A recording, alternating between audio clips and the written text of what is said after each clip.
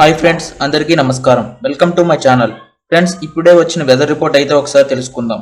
Video పూర్తిగా చూడండి. ఇలాంటి మరిన్ని వీడియోస్ కోసం మన ఛానల్ లైక్ చేయండి, అలాగే సబ్స్క్రైబ్ చేసుకోవడం మర్చిపోకండి. ఇంకా వివరాలకు వెళ్ళిపోదాం.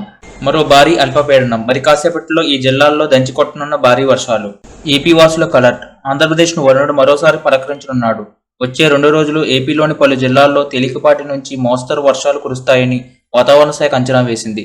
బంగాళాఖాతంలో మరో అల్పపీడనం ఏర్పడిందని, దీనికి అనుబంధంగా ఉపరితల ఆవర్తనం కొనసాగుతున్నట్టు తెలిపింది.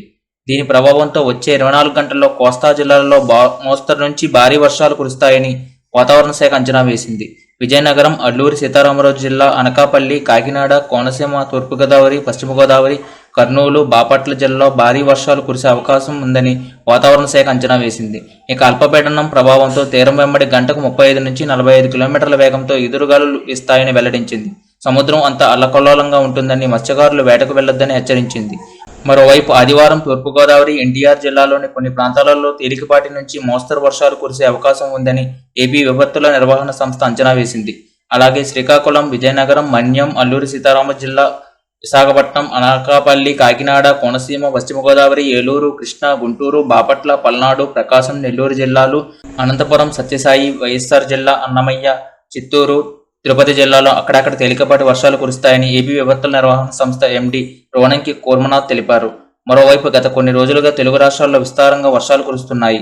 వారం రోజుల క్రింద శ్రీశైలం, నాగార్జునసాగర్ గేట్లను కూడా తెరిచి నీటిని దిగువకు విడుదల చేశారు.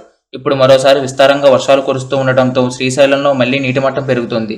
శ్రీశైలం జలాశయం పూర్తిగా నిండితే మరోసారి గేట్లు తెరిచే అవకాశాలు ఉన్నాయి.